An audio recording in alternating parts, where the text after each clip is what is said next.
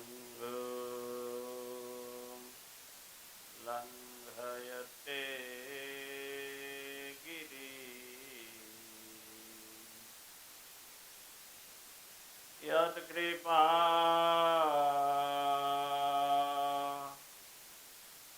तमहं वन्दे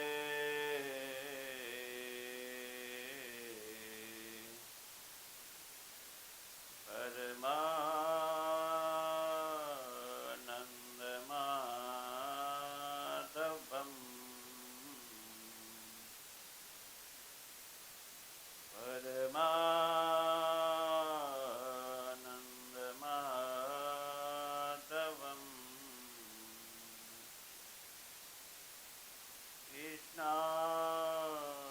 कृष्णाय वासुदेवाय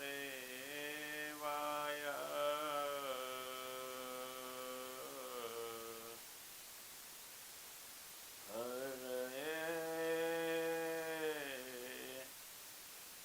परमात्मने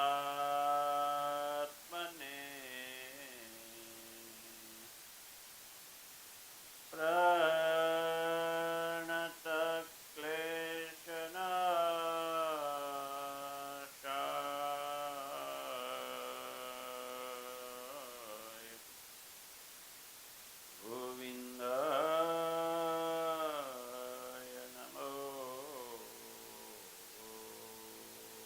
नमः। वसुदेवसुतं देवा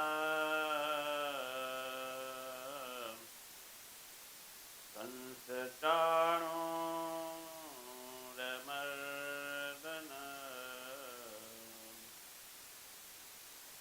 देवकी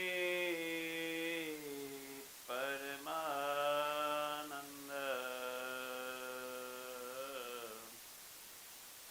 कृष्णं वन्दे जगद्गुरुं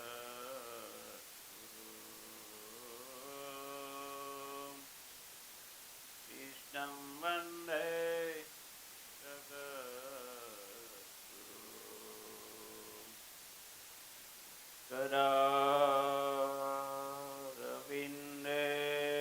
करारविन्देन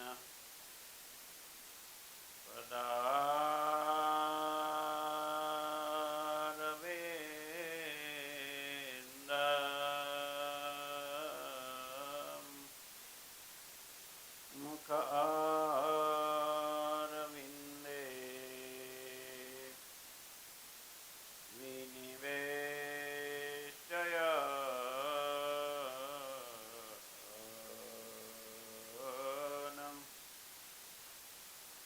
वटस्य पत्रस्य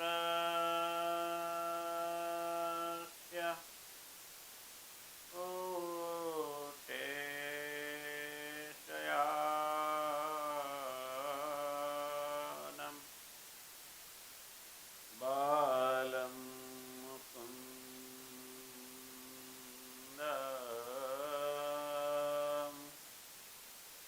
मनसा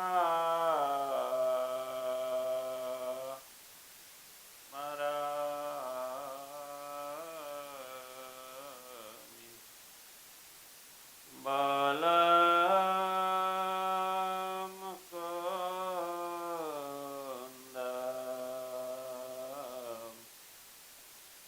मनसा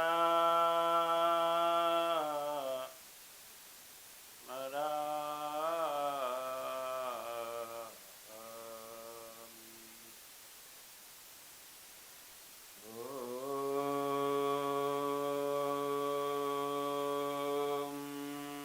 श्री स्वामिनारायणाय नमो नमः। श्री हरे कृष्णाय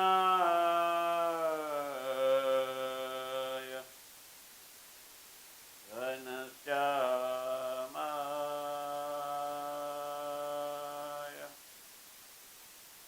नीलकण्ठाय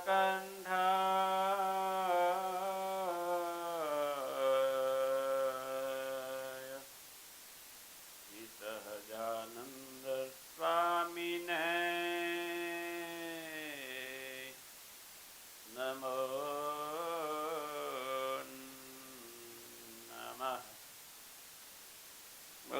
સ્વામિનારાયણ ભગવાનની,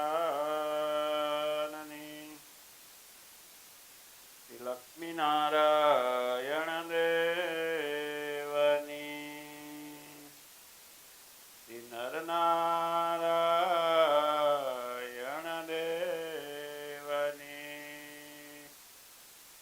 શ્રી ગોપીનાથજી મહારાજની, શ્રી ઘનશ્યામ મહારાજની, શ્રી વિઘ્ન વિનાયક દેવની, શ્રી કષ્ટભંજન દેવની, ઉમાપતિ મહાદેવની જય. જય સ્વામિનારાયણ. ઈષ્ટદેવ ભગવાન શ્રી સ્વામિનારાયણ, પૂજ્ય સંતો પરમહંસ સ્વામીજી, રાઘવ પ્રકાશ સ્વામીજી, ડોક્ટર પીઓ પ્રકાશભાઈ, તમામ વિદ્યાર્થી બાળ દોસ્તો સૌને ભાવથી જય સ્વામિનારાયણ. જય સ્વામિનારાયણ. જય સ્વામિનારાયણ. ઊંઘી ગયા હોય તો ઊંઘ ઉડી જાય. સાવધાન. જીવનમાંથી અનેક પ્રકારના દોષો, અનેક પ્રકારના સ્વભાવો, અનેક પ્રકારના કષ્ટો દૂર કરવા માટે સત્સંગમાં સાવધાન રહેવું. અહીંથી કંઈક સારી બે વાતો સાંભળવા મળશે અને એ જો તમારા જીવનમાં યાદ રહી ગઈ અને એ પ્રમાણે જીવન તમે બનાવ્યું તો તમે સુખી ને સુખી થઈ જવાના છો. તમને સુખી કરવા માટેનો દિવસ છે રવિવારની સભા. તમને અત્યારે એવું લાગે કે અમને પરાયણ પકડીને બેહાડજો, કઈ મજા આવતી હે? જો બોલ્યા ને એક બે જણા હે, એવું થાય. ઊંઘ આવતી હોય ને એવું થાય. પણ આ અલ્પ સમય માટેનું નથી ભાઈ, લોંગ સમયનું, લોંગ વિઝન છે. જે સત્સંગ કરે ને સુખી થાય છે. યુધિષ્ઠિર રાજા હતા, એને આપણે આમ બાહ્ય દ્રષ્ટિએથી જોઈએ ને તો બહુ જ દુઃખ હતું. રાજ્યમાંથી કાઢી મૂક્યા, ઘેર આપવામાં આવ્યું, ભીમને લાક્ષાગ્રહમાં સળગાવવા માટેના પ્રયત્નો થયા, જંગલમાં ભટકવું પડ્યું. દુર્વાસા મુનિ આવ્યા તો એની પાસે ખાવાનું કઈ હતું નહીં. લડાઈ થઈ, યુદ્ધ થયા, વસ્ત્રારણ થયું, કેટલું બધું દુઃખ થયું નહીં? પણ એ અંદરથી સુખી હતા. એને એમ હતું અમે ધર્મના માર્ગે છીએ અને કૃષ્ણ ભગવાન અમારી સાથે છે. ધર્મના રસ્તે હોવાથી એ સુખી હતા. અને અંતે શું મળ્યું? સુખ મળ્યું કે નહીં? અંતે ભગવાન શ્રી કૃષ્ણનો રાજીપો મળ્યો કે નહીં? રાજ્ય મળ્યું, વૈભવ સંપત્તિ બધું હતું. જો પાંડવો વનમાં વિચરણ કરતા હતા છતાં એમને ખાવા પીવાની ચિંતા તો જરાય નથી. કેમ ખબર છે? હે, ખ્યાલ છે કોઈને? શું કામ એવું હતું? ખાવા પીવાની ચિંતા નથી. એની વ્યવસ્થા થઈ ગઈ. કોણ કરતું વ્યવસ્થા? ખબર તમને? કોણ કરતું હતું? કોઈ ખબર હોય બોલો ભાઈ, કોણ કરતું હતું વ્યવસ્થા?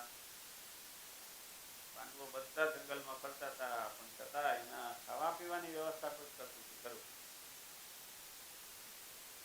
એના માટે કઈ ભિક્ષા માંગવા જવું પડ્યું હોય એવું બહુ ઓછું દેખાય. તમને ખબર કોઈને? એની વ્યવસ્થા થઈ ગઈ. એની વ્યવસ્થા થતી હતી અક્ષય પાત્રમાં. એ કેટલાને ખબર છે? હા, ખબર છે. વિચાર કરો કે જેની પાસે અક્ષય પાત્ર હોય ને જે સંકલ્પ કરે ને એ મળી જતું. છેલ્લે દ્રૌપદીજી જમી લે અને એ અક્ષય પાત્રને ધોઈને હું ધોવાળ દે પછી કાંઈ ના મળે. પછી બીજા ટાઈમ આવું હતું. એટલે આવું અક્ષય પાત્ર આપણને મળી ગયું હોય કેવું સારું નહીં? કઈ માથાકૂટ કરી જ્યારે જે ખાવું હોય ને ઈચ્છા કરવાની પાત્ર લઈ મારે આ ખાવું છે તે ખાવું તરત બધું મળી જાય. કોઈ ચિંતા કરી પછી તો આપણને મળે ટકોરું ના મળે. ઓલા તો ભગવાનમાં નિષ્ઠા વાળા હતા, ભગવાનમાં ભક્તિ વાળા હતા એટલે બધું હતું. ભગવાનના કૃપાથી કૃષ્ણ ભગવાનની કૃપા હતી એમના ઉપર. કારણ કે એ બધા અયોનિ જ હતા. એવા હતા બધા અયોનિ. અયોનિ કોને કહેવાય ખબર છે? જેના માના પેટે 9 મહિના રહેવું ના પડ્યું હોય એવા. દ્રૌપદી જો દ્રૌપદીનો જન્મ કેવી રીતે? અગ્નિમાંથી. કોઈ માતાના પેટથી જ જન્મ્યા દ્રૌપદી, અગ્નિમાંથી પ્રગટ થયા. યુધિષ્ઠિર ધર્મરાજાએ એને કુંતી માતાને આપ્યા. એ કોઈ માના પેટે નથી જન્મ્યા. અર્જુન છે એ ઇન્દ્રદેવે પુત્ર તરીકે આપ્યા. નર ભગવાનનો અવતાર હતા અને નારાયણ ભગવાન શ્રી કૃષ્ણ.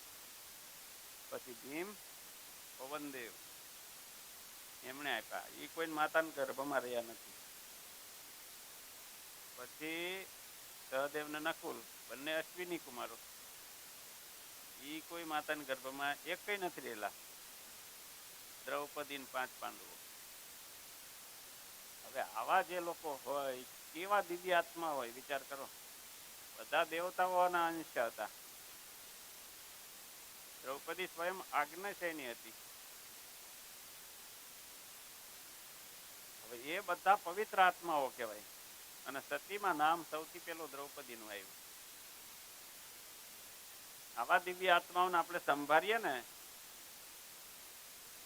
તોય આપણા પાપ બળી જાય એવું શાસ્ત્રમાં લખ્યું. આ બધા એવા હતા. પણ આ બધા ચરિત્રો કર્યા એમણે શા માટે? આપણને બધાને શીખવાડવા માટે કે ભાઈ તમારે જુગાર રમવો નહીં. જો તમે જુગાર રમશો તો અમારી જેવી દશા થશે. એટલા માટે એમની તો વળી સારી દશા કે ભાઈ ભગવાન શ્રી કૃષ્ણ હતા એમની જોડે. આપણી જોડે કોણ? આપણને દુઃખ આવે ને તો આપણો મિત્ર એ બાજુમાં ન ઉભો રહે, એ ભાગી જાય. ત્યારે પાંડવોની સાથે તો ભગવાન શ્રી કૃષ્ણ હતા. એટલા માટે બધા સુખ્યા હતા. સત્સંગમાં આપણે આવીએ ને ત્યારે આવું ધ્યાન દઈને સાંભળવાનું કે આવા મહાચરિત્રો આપણને સાંભળવા મળે. આ બધું આપણા સુખ માટે છે. આ ભાગવત છે તો ભાગવતમાં યુધિષ્ઠિરે આમ કર્યું ને ભીમે આમ કર્યું ને આ બાઈ છે ને આવું લડાઈ થઈ ને એવા એ સાંભળવા માટે નહીં. એમાંથી શીખવા આપણને શું મળે? ઉપદેશ શું મળે એ શીખવાનું. અને યુધિષ્ઠિરને તો યુદ્ધ જોઈતું નહોતું. નાચ પાડતા હતા અમારે નથી લડવું. અમને 5 ગામડા આપજો ને તોય બહુ થઈ ગયું. અમારે કઈ લડવું. પણ દુર્યોધન ને એમ હતું તો મારામાં બહુ બળ છે, મારામાં તાકાત બહુ છે, અભિમાન બહુ હતું.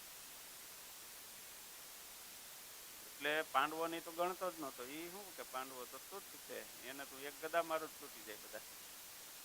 એવું હતું એને અભિમાન. ભીમ હારે એવું હતું. બાકી અર્જુન હારે તેમ હતું કર્ણ મારો મિત્ર છે, અર્જુન કરતા શ્રેષ્ઠ છે. કર્ણ આગળ સામે અર્જુનનું કાંઈ ન આવે એવું માનતો. પણ એના ભાઈઓ હતા તો એમણે માન્યું હોય હા મારા ભાઈઓ કેવા પરાક્રમી છે, મારા ભાઈઓ તો દેવતાના અંશ છે. એમ એને માન્યું હોત તો સુખેથી બધા રાજ કરત ને. યુધિષ્ઠિર એને હાચવે, પોતાની બાજુમાં ગાદી નાખીને બેહાડે. એવા યુધિષ્ઠિર ઉદાર હતા. એ તો ધર્મનો અવતાર હતા, હોય જ ને. છતાં પેલો દુર્યોધન છે એને પોતાનો સ્વભાવ ના મૂક્યો એટલે દુઃખી થયો. એટલે આપણે એમાંથી શીખવાનું એવું છે કે આપણામાં એવો અભિમાનનો સ્વભાવ હોય ને મૂકી દેવો, ઢીલું મૂકી દેવું, આપણે અભિમાન રાખવું નહીં, નમતું જ કરી દેવું, ઢોકી દેવું. હા હશે ભાઈ, તમે કહો એમ બરાબર, તો કોઈ માથાકૂટ નહીં, ઝઘડો ન કરવો, તો સુખિયા થવાય. હવે આપણે અધ્યાય 14 આજે પ્રવેશ કરવાનો છે. શ્રીમદ ભાગવત કથાનો 13 અધ્યાય સુધીની કથા આપણે સાંભળી. એમાં નારદજી આવ્યા હતા, ખબર છે ને? છેલ્લે નારદજી આવીને ઉપદેશ કર્યો હતો. કોને ઉપદેશ કર્યો હતો? યુધિષ્ઠિરને. વિદુરજી આવી અને ધૃતરાષ્ટ્રને અને ગાંધારીને અને એ 2 જણા સમજાવ્યા કે ભાઈ તમે આ પાંડવોને મારી નાખવામાં કઈ બાકી રાખ્યું નથી. એવા ઘણા આયોજનો કર્યા કે પાંડવોનું મૃત્યુ થાય. તમે ભીમને ઝેર આપ્યું, લાક્ષાગ્રહમાં બાળવા માટે પ્રયત્ન કર્યા, 13 વર્ષ માટે જંગલમાં દર ભટકતા કરી દીધા, અને યુદ્ધ કર્યું. યુદ્ધમાં તમારા બધા છોકરાઓ મરાઈ ગયા, અને એના રોટલા તમે ખાવ છો? શરમ આવે છે કે નહીં કઈ? એમ કહીને બરાબર ખખડાવ્યા ધૃતરાષ્ટ્રને. અને હવે તો કંઈક આત્માનું કલ્યાણ કરવાનું વિચારો, એમ કહીને કે હવે જાઓ જંગલમાં, તમારું મૃત્યુ તમારી રાહ જોવે, એમ કરીને વળાવ્યા. અને એ કયા તીર્થમાં ગયા, ત્યાં જઈને તપ કર્યું, યોગ અગ્નિની અંદર શરીરનો ત્યાગ કર્યો અને મૃત્યુ પામ્યા. વિદુરજી જે હતા એમને આ જોયું, એમને વૈરાગ્ય થયો. ગાંધારી હતા, એમ પતિનું મૃત્યુ થયું એટલે પોતે પણ એ પતિના ભેગા સતી થયા. વિદુરજી યાત્રા કરવા નીકળી ગયા. નારદજી આવીને કોને સમાચાર આપ્યા? બધા યુધિષ્ઠિરને સમાચાર આપ્યા કે ભાઈ આવું બધું થયું છે, તમે ચિંતા કરશો નહીં. એ બધું કર્મ પ્રમાણે થતું હોય છે, માટે ચિંતા કરવી નહીં. જીવનમાં કોઈ પણ પ્રકારની ચિંતા કરવી જ નહીં. આપણું ભાગ્ય છે ને ભગવાને લખીને મોકલ્યું. બધાને અલગ અલગ કેપેસિટી આપેલી છે. બધા પોતપોતાની કેપેસિટી પ્રમાણે કામ કરી રાખે. જેટલી ક્ષમતાઓ આપેલી હોય ને ભગવાને, એ ક્ષમતા પ્રમાણે બધાય મથ્યા કરવું, ચિંતા ન કરવી. ચિંતા કરવાથી કોઈ કામ થતું નથી, એક્શન લેવાથી કામ થાય. મનમાં સારા વિચારો આવે અને એનું તમે એક્શનમાં પરિવર્તન કરો એટલે સારું થાય. માટે ટેન્શન ન લેવું. તમે વિદ્યાર્થીઓ છો, પરીક્ષાનું ટેન્શન તમારે લેવું નહીં. જે સમય રીડિંગનો સમય હોય ને તે રીડિંગ કરવું બરાબર ધ્યાનથી. બાકી બધું ટેન્શન નહીં લેવાનું કે પરીક્ષામાં શું થશે, આપણને યાદ નથી રહેતું, સાહેબે ભણાવ્યું એમાં કંઈ સમજણ પડતી નથી, મારા ક્લાસનો વિદ્યાર્થી છે એ હોશિયાર છે, એને સારા ટકા આવે છે, મને કંઈ નથી આવડતું. કેવું નહીં વિચારવાનું. તમે જો એમ વિચારશો ને મને કંઈ નથી આવડતું, મને કંઈ નથી આવડતું, મને યાદ નથી રહેતું, મારા બાજુના વિદ્યાર્થીઓને સારું આવડે છે, મને નથી આવડતું, હું ડોબા જેવો છું, બાકો છું, એવું બધું વિચારશો ને તો શું થશે ખબર છે? 2-4 રવિવારની સભામાંથી હું તમને શીખવાડું છું. શું થાય તો ખબર? કોઈને યાદ નહીં. આ તમારા હિતની વાત છે, તમારા કામની વાત છે. તમને શીખવાડેલું હતું કે આવું જો આપણે વિચારીએ તો આપણી સાથે શું બનાવ બને ખબર છે? યાદ છે? કોન્શિયસ માઇન્ડ ને સબકોન્શિયસ માઇન્ડ યાદ કરો. જાગ્રત મન ને અર્ધ જાગ્રત મનની વાત કરી હતી આપણે, યાદ છે? તો આપણું જે મન છે ને સબકોન્શિયસ માઇન્ડ, એ મેસેજ સ્વીકારી લે. મેસેજ સ્વીકારી લે તો શું થાય? તમે જેવું વિચારો ને એવું થાય તમારે જીવન. તમે એમ કરો કે મને કંઈ નથી આવડતું, કંઈ નથી આવડતું, કંઈ નથી આવડતું, એટલે તમને કંઈ આવડે જ નહીં. કારણ કે તમારા સબકોન્શિયસ માઇન્ડ મેસેજ લઈ લે અને એને એ આયોજન એવું કરી નાખે કે તમને કંઈ આવડે જ નહીં, પૂછી નાખે, બધું સાફ કરી નાખે. એટલા માટે એમ નહીં વિચારવાનું. એમ જ વિચારો મને આવડે છે, મને આવડે છે. ન આવડતું હોય ને તો એમ જ વિચારવાનું મને આવડે છે, મને આવડે છે, હું શીખી લઈશ, મને આવડી જશે. આવું જ વિચારવાનું. તો તમે જોજો આનું રિઝલ્ટ. પ્રયોગ કરી જોજો તમે. રાત્રે ઊંઘો ને, ઊંઘતા પહેલા વિચારવાનું. જે તમારે જોઈતું હોય ને, મેથ્સમાં સારું રિઝલ્ટ ના આવતું હોય તો તમારે રાત્રે ઊંઘતા પહેલા વિચારવાનું કે મારે મેથ્સ શીખી જ જવું છે, મને આવડી જ જશે અને મારું સારું રિઝલ્ટ આવશે જ, એવું વિચાર કરવાનો. સવારે જાગો ને ત્યારે એવું કરવાનું, મને આવડી ગયું છે, મને મેથ્સ આવડી ગયું છે, મને સરસ રિઝલ્ટ આવે છે, એવું બધું વિચારવાનું. સાવધાન સાવધાન રહેવાની. સાવધાન ન બેસી કે બધું કરી હું કે કટ્ટાર બેસવાનું વ્યવસ્થિત. એ તો કરોડરજ્જુમાંથી આપણું જ્ઞાન જાય નહીં અંદર. એવું વિચારશો ને તો તમારું રિઝલ્ટ સારું આવશે સબકોન્શિયસ માઇન્ડમાં. આ બધી આ થિયરી છે, વિજ્ઞાન છે,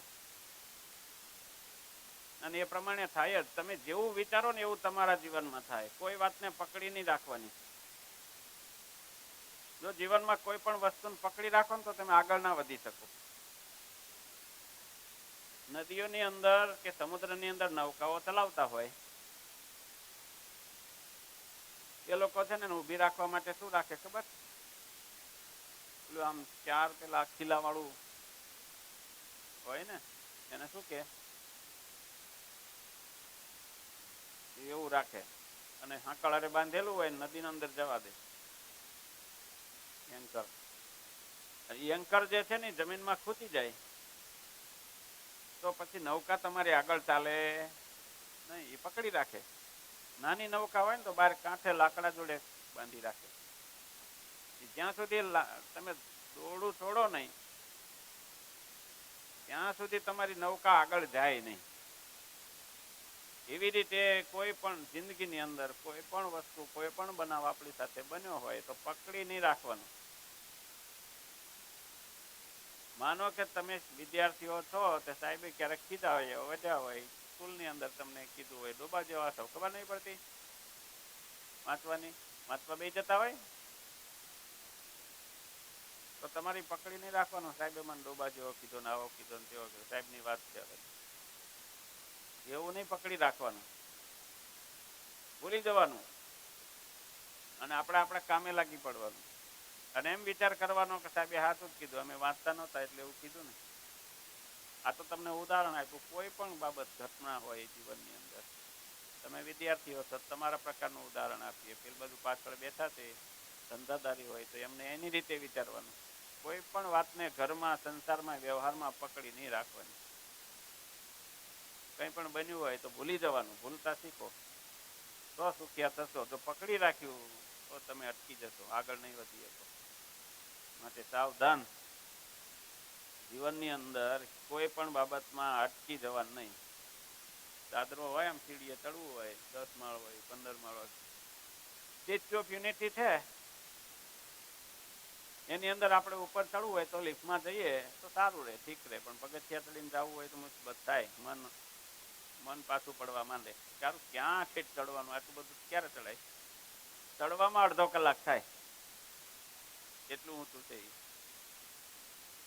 ત્યારે જયારે ઓપનિંગ થયું ને ત્યારે અમે ગયા હતા, ત્યાં જતા. ઓપનિંગમાં તો એટલી બધી ભીડ હતી, લિફ્ટમાં બેસવા માટે એટલી બધી લાંબી લાંબી લાઈનો હતા. અમે બે સંતો કોઈ કહેતા, હું ધર્મનંદન સ્વામી હશે, અમે અને કુલદીપભાઈ હતા ત્યાંના. સીડીએથી ચડ્યા, અડધો કલાકે પગ્યા ઠેઠ ગેલેરીમાં, પછી સીડીએથી ઉતર્યા પાછા. એ અનુભવ કરી લીધો. આમ સીડીએ ચડવું હોય ને તો કાઠું પડે આપણને, નીચે ઉતરવું હોય તો પગે ચાલીને આવવું હોય તો કાઠું પડે, પણ લિફ્ટમાં બેસીને આવવું હોય તો કંઈ વાંધો ન આવે. એમ એવી જ રીતે જીવનમાં જ્યારે કઠિન પરિસ્થિતિ હોય ત્યારે જે માણસ મક્કમ થઈને આગળ વધ્યા રાખે ને એ સફળ થાય. માટે ક્યારેય જીવનમાં કોઈ પણ પરિસ્થિતિની અંદર મૂંઝાવવું નહીં, ડર રાખવાનો નહીં, જીવનમાં મૂંઝાવાનું નહીં, પુરુષાર્થ કરવાનો. શ્રીમદ ભાગવતની અંદર અધ્યાય 14માં સુતજી બોલ્યા છે કે ઘણો સમય થઈ ગયો ને એટલે યાદવોને જોવાની અને યાદવોને મળવાની યુધિષ્ઠિરની ઈચ્છા થઈ. એટલે અર્જુનને એમણે મોકલ્યા કે જાઓ તમે ભગવાન શ્રી કૃષ્ણને મળી આવો, આપણે બધાને ત્યાં જવું છે, બધાને મળવા માટે. એમને પૂછી આવો કે અમે બધા આવીએ, જો હા પાડે ને તો આપણે બધા જઈએ. એમ કરીને અર્જુનને મોકલ્યા. જાઓ તમે દ્વારકા. 7 મહિના વીતી ગયા આ વાતને, છતાં અર્જુન દ્વારકાથી પાછા ન આવ્યા. ત્યારે યુધિષ્ઠિરને ભયંકર અપશુકનો દેખાવા લાગ્યા. ઋતુની વિપરીતતા થઈ ગઈ. શિયાળો, ઉનાળો, ચોમાસું કઈ ઠેકાણું નહીં. ક્યારે વરસાદ આવે, ક્યારે ઠંડી પડે, ક્યારે તપવા માંડે, બધું અલગ અલગ વિપરીત થઈ ગયું. કાળની ભયંકર ગતિ થઈ. ક્રોધ માણસમાં વ્યાપી ગયો, લોભ વ્યાપી ગયો, અસત્ય વ્યાપી ગયું માણસની અંદર, અને દોષોથી ભરેલા લોકો પાપમય કર્મ ક્રિયા કરવા માંડ્યા. લોકોના વ્યવહાર કપટયુક્ત થવા માંડ્યા. મિત્રતા કટતા ભરી થઈ. પિતા, માતા, સુરત, સગા સંબંધીઓ, ભાઈઓ, પતિ ને પત્ની, બધામાં કંકાસ થવા માંડ્યો, ઝઘડવા માંડ્યા બધા. લોકો પોતાની દીકરીને વેચતા થઈ ગયા, માતા પિતા. અને છોકરાઓ માતા પિતાને હાચવતા નથી. બ્રાહ્મણો વેદથી વિમુખ થયા, વેદમાં વિવાદ કરવા લાગ્યા. મનુષ્યોની અંદર પાપ બહુ વધી ગયું. ત્યારે યુધિષ્ઠિરે ભીમની આગળ કહ્યું કે ભીમભાઈ, શું કીધું? ભીમભાઈ, આ બધું આવું કેમ થાય છે? આપણા ભાઈ અર્જુન ભગવાન શ્રી કૃષ્ણને યાદવોને મળવાની ઈચ્છાથી શ્રી કૃષ્ણ ભગવાનનો અભિપ્રાય જાણવા મેં એમને મોકલ્યા છે. દ્વારકા ગયા ને 7 મહિના થઈ ગયા, હજી કેમ નહીં આવ્યા હોય? મને કઈ એની ખબર નથી પડતી. જો દેવર્ષિ નારદે વાત કરી હતી કે શ્રી કૃષ્ણ ભગવાન પોતાની લીલાને સંકોચી લેવાના અને શરીરને છોડવાનો સમય હવે આવી ગયો છે, એવું થયું હશે. બધી સંપત્તિઓ, રાજ્ય, સ્ત્રીઓ, પ્રાણ, પ્રજા અને શત્રુઓના ઉપર વિજય આજે આપણને જે કઈ બધું મળ્યું છે, ભગવાન શ્રી કૃષ્ણની કૃપાથી મળ્યું. અરે ભીમ, એ ભગવાન શ્રી કૃષ્ણનો વિયોગ જો આપણને થશે તો આપણે કઈ રીતે સહન કરી શકીશું? આકાશમાં, જમીન ઉપર અને આપણા શરીરમાં આ ઉત્પાત દેખાય છે, જુઓ તો ખરા.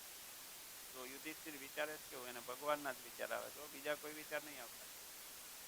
એને ભગવાનના વિચાર આવે છે. ભગવાન આપણી જો આ પૃથ્વી છોડીને જશે તો આપણું થશે શું? અરે ભીમ, કે જો મારો ડાબો હાથ, મારો ડાબો સાથળ, મારી ડાબી આંખ વારંવાર ફરક્યા કરે છે.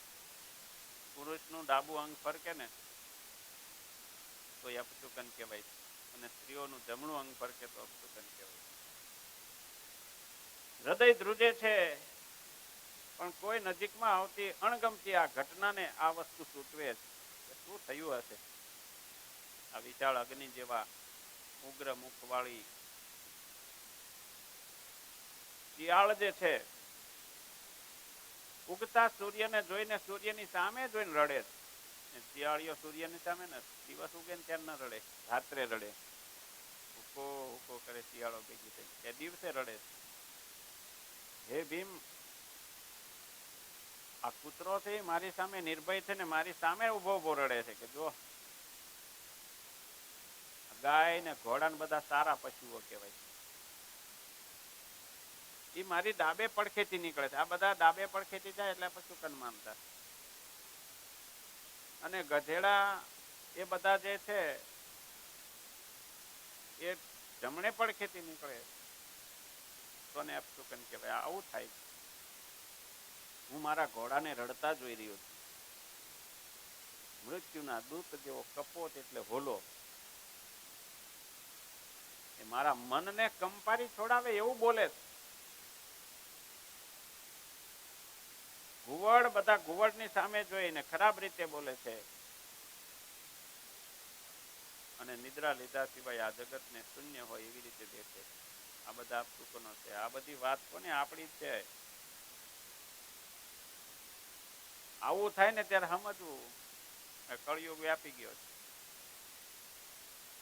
દિશાઓ ધૂંધળી દેખાય, પૃથ્વી ધ્રુજતી હોય, મેઘ ગર્જનાઓ, વાદળા વગરની મેઘ ગર્જનાઓ થતી હોય ત્યારે સમજવું કંઈક અપશુકન થવાના છે.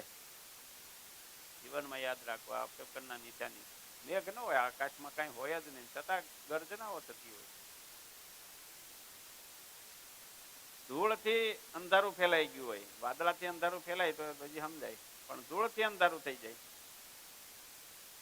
અને પવનનો સ્પર્શ આપણને આમ લાગે સારો, ઉનાળાની અંદર પવનનો સ્પર્શ આવે ને તો સારું લાગે, ઠંડક લાગે. સાંજના સમયે, બપોરના સમયે નહીં, વાતી હોય ત્યારે. તો એ જે પવનનો સ્પર્શ છે એ પણ કર્કશ લાગે. આકાશની અંદર વાદળાઓ રુધિર વરસાવે અને વાતાવરણને બીભત્સ બનાવે ત્યારે સમજવું કંઈક ગડબડ થવાની છે, ક્યાંક ક્યાંક યુદ્ધ ફાટી નીકળવાનું હોય. આકાશમાં સૂર્ય નિસ્તેજ લાગે, ઘણી વખત એવું થાય. સૂર્ય છે ને અજવાળું નિસ્તેજ દેખાય આપણને ત્યારે. અને પરસ્પર થતું ગ્રહ યુદ્ધ, અત્યારે ગ્રહ યુદ્ધ ચાલી રહ્યું છે. ક્યાંય ચાલે ખબર તમને લોકોને? છાપા કોણ વાંચે? અત્યારે ગ્રહ યુદ્ધ ચાલે છે અમુક દેશની અંદર.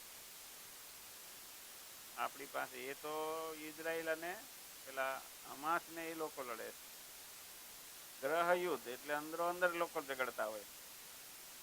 એ બાંગ્લાદેશમાં ચાલે છે. હિન્દુ અને મુસલમાનો છે એને ગ્રહ યુદ્ધ કહેવાય. એક જ દેશના લોકો અંદરો અંદર ઝઘડે એને ગ્રહ યુદ્ધ કહેવાય.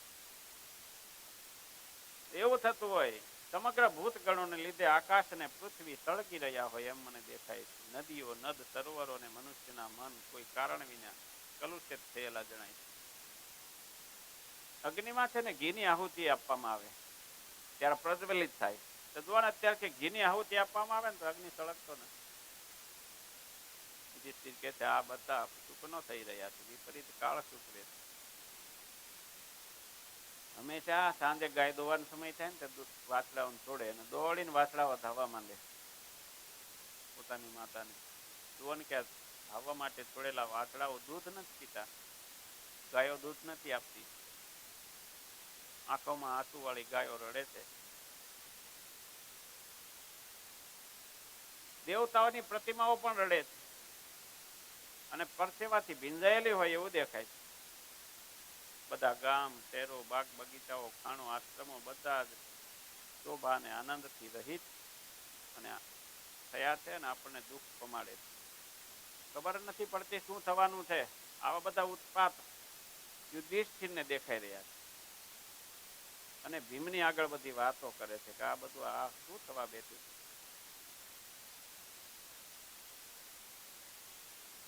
આ બધી વાતો કરે છે. એટલામાં દ્વારકાથી અર્જુન આવ્યા છે. અર્જુન આવી ગયા અને યુધિષ્ઠિરની સામે જઈને ઉભા રહ્યા. ત્યારે અર્જુનની સ્થિતિ શું હતી? દુઃખી હતા. નજર નીચી રાખી, મુખ નીચું રાખી, આંખમાંથી આંસુ પાડતા અને જેમની કાંતિ નષ્ટ થઈ ગઈ છે એવા અર્જુનને જોઈ મનમાં અત્યંત ઉદ્વેગ પામી નારદજીનું વચન યાદ કરતા યુધિષ્ઠિરે અર્જુનને પૂછ્યું. અર્જુન આવી ગયા અને હાવ નિસ્તેજ, તેજ વિહોણા રડતા અર્જુનને પૂછે છે કે અર્જુન, દ્વારકામાં કુળ કુટુંબ પરિવાર સહિત ભગવાન શ્રી કૃષ્ણ, આપણા મામા મામીઓ, દેવકી આ બધા કુશળ ક્ષેમ તો છે? એના પુત્ર વધુઓ, પુત્રો, દીકરાઓ, દીકરાના દીકરાઓ, એના દીકરાઓ કેટલું થઈ ગયું છે. બહુ મોટું સામ્રાજ્ય થઈ ગયું. આ બધા મજામાં તો છે ને? બધાના એક એકના નામ લઈને બધાના સમાચાર પૂછે છે પણ અર્જુન કઈ જવાબ નથી આપતા. પછી યુધિષ્ઠિર કહે છે ભગવાન શ્રી કૃષ્ણ, એમની પત્નીઓ આ બધા કુશળ મંગળ છે? તો અર્જુન જવાબ નથી આપતા. ત્યારે યુધિષ્ઠિર કહે છે કે હે અર્જુન, તમે શું કઈ અયોગ્ય કર્મ કર્યું છે? અગમ્ય સ્ત્રીનું ગમન કર્યું છે? અથવા તો રસ્તામાં નીચ માણસોએ તમને લૂંટી લીધા છે? તમે એની આગળ હારી ગયા છો? તમે શું વૃદ્ધોને કે જમાડવા જોઈએ એવા બાળકોને પડતા મૂકીને એકલા ખાઈ લીધું છે? એકલા ખાઈ લેવું ને એ પાપ છે. એકલા ન ખાઈ લેવું, બધાને જમાડીને જમવું એમ ભગવાન કે. અથવા તો તમે નિંદિત કોઈ કામ કર્યું છે, ક્ષમા આપવા જોઈએ અને ક્ષમા નથી આપી, શું થઈ ગયું છે તમારે? કઈ બોલતા કેમ નથી આવા શૂન્ય મનસ એમ કેમ થઈ ગયા? તમે શું તમને એકલા માનો છો? કારણ કે તે સિવાય તમારા મનમાં આવી કોઈ પીડા સંભવે નહીં. આટલા બધા દુઃખી કેમ છો?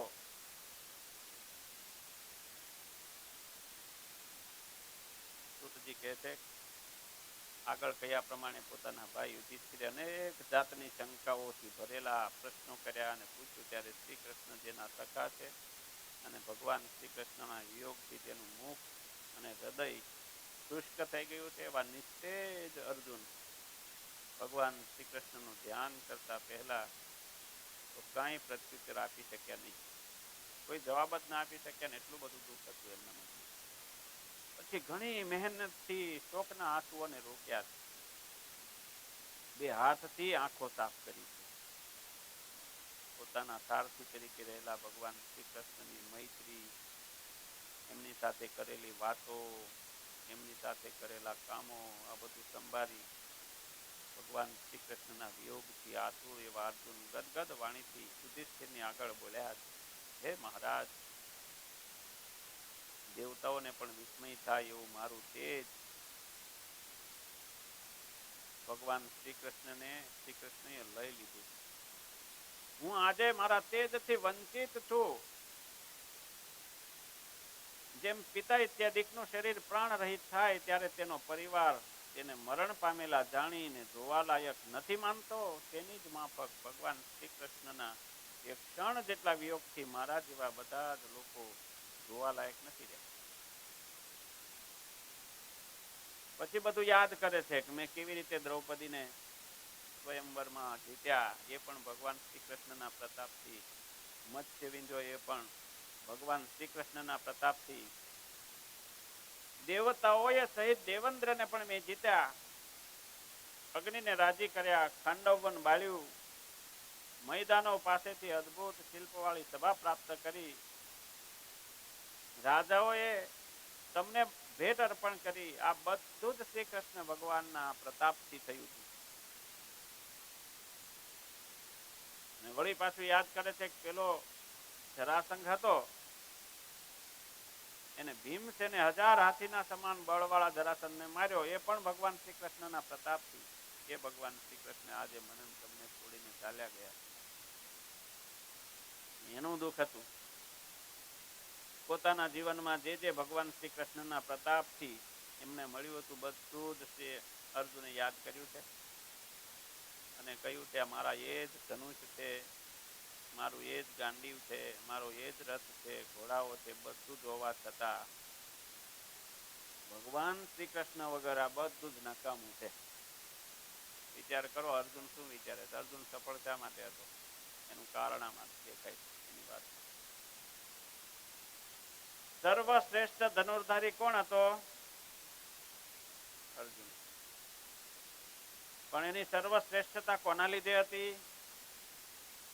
ભગવાન શ્રી કૃષ્ણને લીધે. આજે ભગવાન શ્રી કૃષ્ણ જતા રહ્યા છે, વિદાય પામી ગયા છે, એટલા માટે બધું જ તેજ જતું રહ્યું છે. અને અર્જુનને જીતીને બધી સ્ત્રીઓને પેલા કાબાઓ લૂંટી ગયા છે.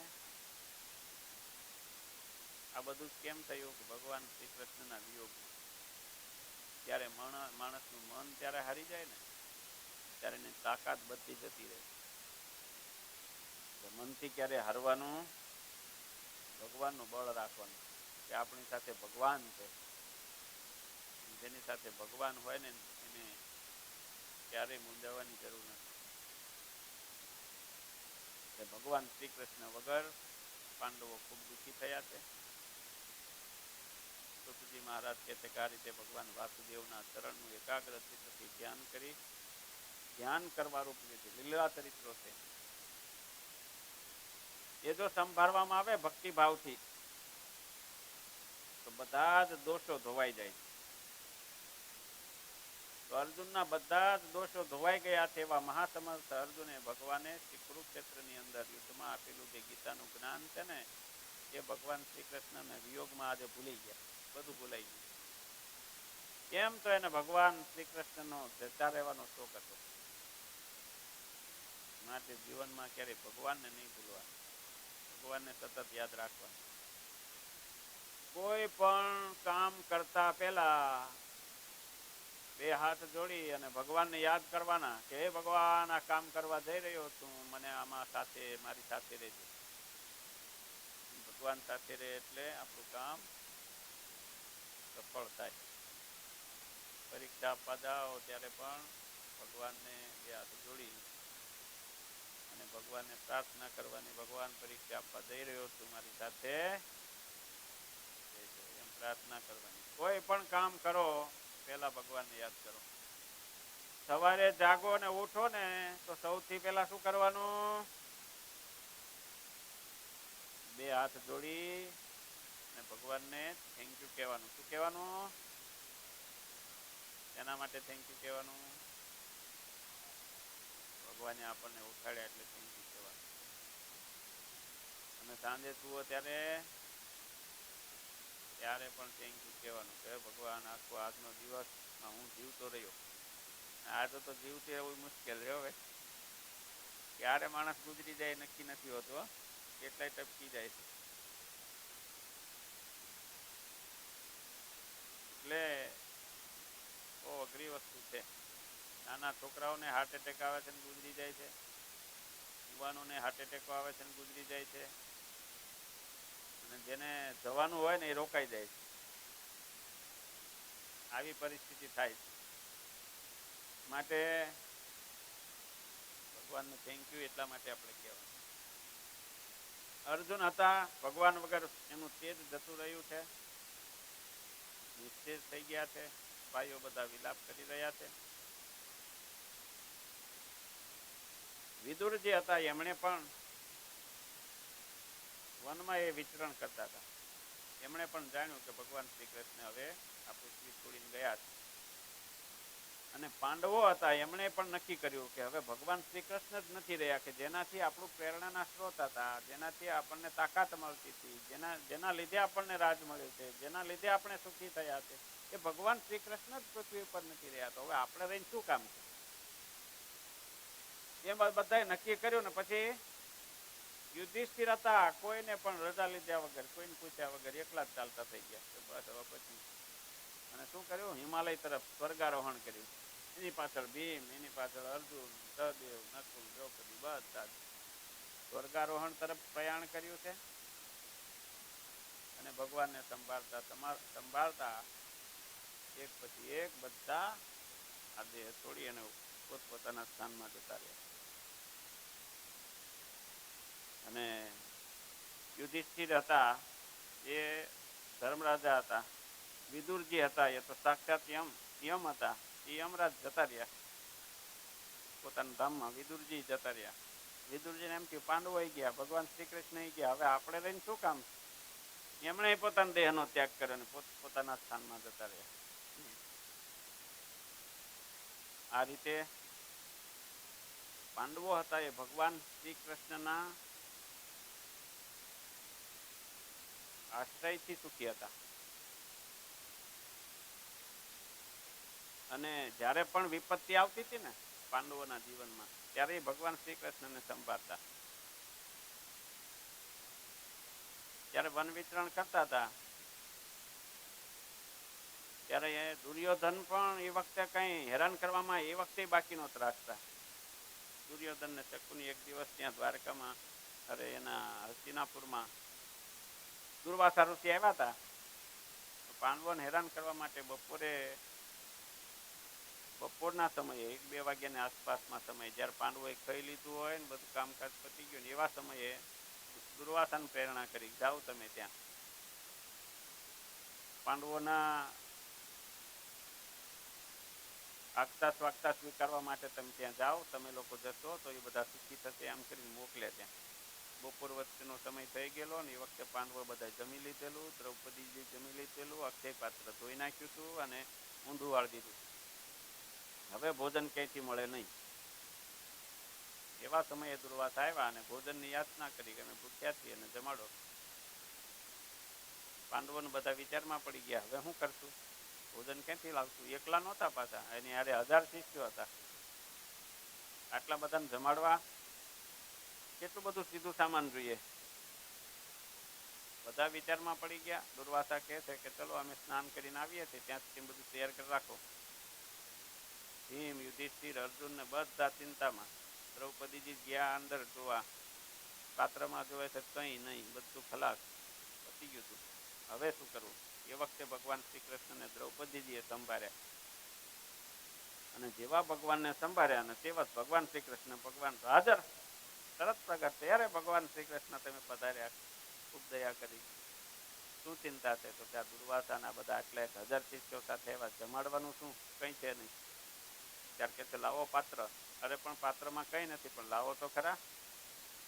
પાત્ર લઈને આવ્યા તો એની અંદર એક કોઈ કહે છે તુલસીનું ભાજીનું પાંદડું તો હતું, કોઈ એમ કે છે ભાતનો દાણો હતો. એ ભગવાન શ્રી કૃષ્ણ લઈ અને મુખમાં મૂકીને સંકલ્પ કર્યો કે બ્રહ્માંડ આખું તૃપ્ત થઈ જાવ. આખું બ્રહ્માંડમાં જેટલા જીવો હતા એ બધા ઓડકાર ખાવા માંડ્યા. અને આ બધું દુર્વાસા ને બધા ઋષિ મુનિઓ સ્નાન કરતા ને નદીમાં, એને તે પેટ ભરાઈ ગયું, ઓડકાર ખાવા લાગ્યા. અને વિચાર કરવા લાગ્યા પાંડવોને આપણે જમવાનું કીધું, ને હવે ત્યાં જઈને જો આમ હવે જમાય એવું છે નહીં, તૃપ્ત થઈ ગયા અચાનક. હવે શું કરીશું? ત્યાંથી જતા રહ્યા બારોબાર. ભગવાન શ્રી કૃષ્ણનો આશ્રય જેને હોય ને, એને જીવનમાં ગમે એવી મુશ્કેલી આવે ને તો આ રીતે તરી જાય છે. માટે ક્યારેય પણ જીવનમાં સુખ દુઃખ આવે તો ભગવાનને સંભાળવા. તમે સ્કૂલમાં, આ સ્કૂલમાં, પબ્લિક સ્કૂલમાં કે પાછળ ગ્રાન્ટેડમાં કે આ ટાવર બિલ્ડિંગમાં જેટલા વિદ્યાર્થીઓ ભણતા હોય એ વિદ્યાર્થીઓ અહીંયા આવો ને તો સીધું અહીંયા આવવું ભગવાનના દર્શન કરવા. અહીંયા ભગવાનને પગે લાગી, દર્શન કરી, પ્રાર્થના કરી અને પછી સ્કૂલમાં જવું. સૌથી મંગળ હોય ને એ ભગવાનનું દર્શન છે. દર્શન કરીને તમે જાઓ સ્કૂલની અંદર એટલે તમારું મન છે ને ભગવાન એકદમ શાંત કરી છે. ભગવાનને અહીંયા પ્રાર્થના કરી, ભગવાન મારી સાથે રહેજો. એટલે આખો દિવસ ભગવાન તમારી સાથે રહે ને તો તમારું મન પ્રફુલ્લિત રહે. ઘણા બધા વિદ્યાર્થીઓ તમારામાંથી આવે છે. જો એક આ ટેણીઓ આવે છે, એક આ બાજુમાં પેલો બેઠો એ આવે છે, એક બીજો આવડો રોહન આવે છે, 2-3 તો મને મળે છે, રોજ મળે છે. બીજા બધા ઘણા બધા બાળકો હોય, બધા આવું ભગવાનના દર્શન કરવા. તમે સુખી થાવ, ભગવાન તમારી સાથે રહે તો તમે સુખ્યા થાવ. એવી રીતે કરવું, ભગવાનને આગળ રાખીને બધું કામ કરવું. બાકી વિચાર કરો આપણી તાકાત કેટલી. દાંત આંબી ગયા હોય ને તો પાપડ ન ખાઈએ કાંઈ, એટલી આપણી તાકાત છે. એટલે આપણી હું બહુ બળવાન છું એવું કંઈ અભિમાન રાખવું નહીં. હું બહુ બુદ્ધિશાળી છું એવું કંઈ અભિમાન રાખવું. ભગવાનની તાકાત જે છે એની આગળ કોઈની તાકાત ચાલતી નથી. ભગવાને બનાવેલા પૃથ્વી, જળ, તેજ, વાયુ ને આકાશ, આ 5 ભૂતો છે ને, એમાં પૃથ્વીમાં જો ધરતીકંપ આવે તો કોઈની તાકાત ચાલે? પકડી રાખો બધા થાંભલા, હલે નહીં. એમ કરો ને બધા થાંભલા પકડી રાખો, દોડે બાંધીને પૃથ્વીને પકડી રાખો તો હલતું બંધ થાય? ત્યાં કોઈની તાકાત ચાલે નહીં. અને જો જોરદાર પવન આવ્યો હોય, જોરદાર પવન આવવાનો હોય અને બધા પતરા પકડીને એમ કહો કે આપણે પવનને રોકી દઈએ, જવા જ ના દઈએ, જેટલા પતરા હોય કરો ભેગા ને બધા આડા ઉભા રહી જાઓ, પતરાની હોતા જાઓ, તમે ક્યાં જાઓ ને એ જ નક્કી નહીં. એટલે એ તાકાત તો જુઓ ભગવાનની, પવનની તાકાત સામે અગ્નિની તાકાત. નાનકડો એવો દીવો બળતો હોય ને એ ઉપર આંગળી રાખી શકજો. બહુ તાકાત વાળા હો ને તમે તો દીવાની ઉપર ઘડીકામ આંગળી રાખીને બતાવવાની. એટલે નાનકડી એવી અગ્નિ છે, એની આગળ આપણી તાકાત છે તો તેનું અભિમાન ભાઈ જીવનમાં. આકાશને માપવા માંડો કે તમને એમ બધા એમ કે આકાશને માપી ન એકાય. ત્યારે મારે એવડી મોટી ફૂટપટ્ટી લઈ આવું ને આકાશને માપી લઉં. પૃથ્વી, જળ, તેજ, વાયુ ને આકાશ. જળ પૂર આવ્યું હોય જોરદાર નદીની અંદર અને બહુ ખાઈ પીને મસ્ત થયો હોય અલબત્ત, અને તરતા આવડતું હોય જોરદાર, ને એમ કે હું તરી દઉં આમાં સામે વ્યો જાઉં. અને જોરદાર પૂરની અંદર ગમે એવો તરવૈયો હોય ને સમુદ્ર ભેગો થઈ જાય, કાંઈ તાકાત હાલે નહીં ભાઈ. એટલે ભગવાનના બનાવેલા પૃથ્વી, જળ, તેજ, વાયુ ને આકાશની અંદર એમાં આપણી તાકાત નથી ચાલતી, તો પછી તેનું અભિમાન કરીએ છીએ. અભિમાન નહીં કરવાનું, ભગવાનનું બળ મારામાં છે એમ માનવાનું. બુદ્ધિ મને ભગવાને આપી છે, બળ મને ભગવાને આપ્યું, આ બધું ભગવાનનું છે. એટલે ભગવાન પાસે જઈને પ્રાર્થના કરવાની, પ્રભુ આ બધું તમારું છે, તમારે જેમ આયોજન હોય એવું બધું મને બળ બુદ્ધિ આપજો, તો એ પ્રમાણે હું કર્યા રાખીશ એમ કહીને જો ભગવાનને શ્રી કૃષ્ણ અર્પણ કરીએ ને બધું, તો આપણને પાપ અને પુણ્યનું કર્મનું કાંઈ ફળ લાગે નહીં. એવી રીતે ભગવાનને સાથે રાખીને જીવો. ભગવાન યાદ કરતા રહો, તમારું જીવન સુખી થાવ, તમે જીવન સારું બને. ખૂબ સારી વિદ્યા ભણીને તૈયાર થાવ, માતા પિતાની સેવા કરો, વડીલોની સેવા કરો, દીન દુખિયાની સેવા કરો, દેશની સેવા કરો, બધાની સેવા કરતા રહો. એનાથી તમને બળ મળશે, એનાથી તમારું આત્મબળ વધશે, ભગવાન રાજી થશે, ભગવાનની કૃપા થશે ને તો બધું મળે. આપણી શારીરિક તાકાતથી કે આત્મબળથી કે સાધનાથી જે ન મળે ને એ કૃપાથી મળે. તો ભગવાનની કૃપા થાય તો તમને બધી રીતે સુખ્યા થાય. એટલી શુભેચ્છાઓ સાથે આજની કથાને આપણે અહીંયા વિરામ આપીએ. સહજાનંદ સ્વામી મહારાજ.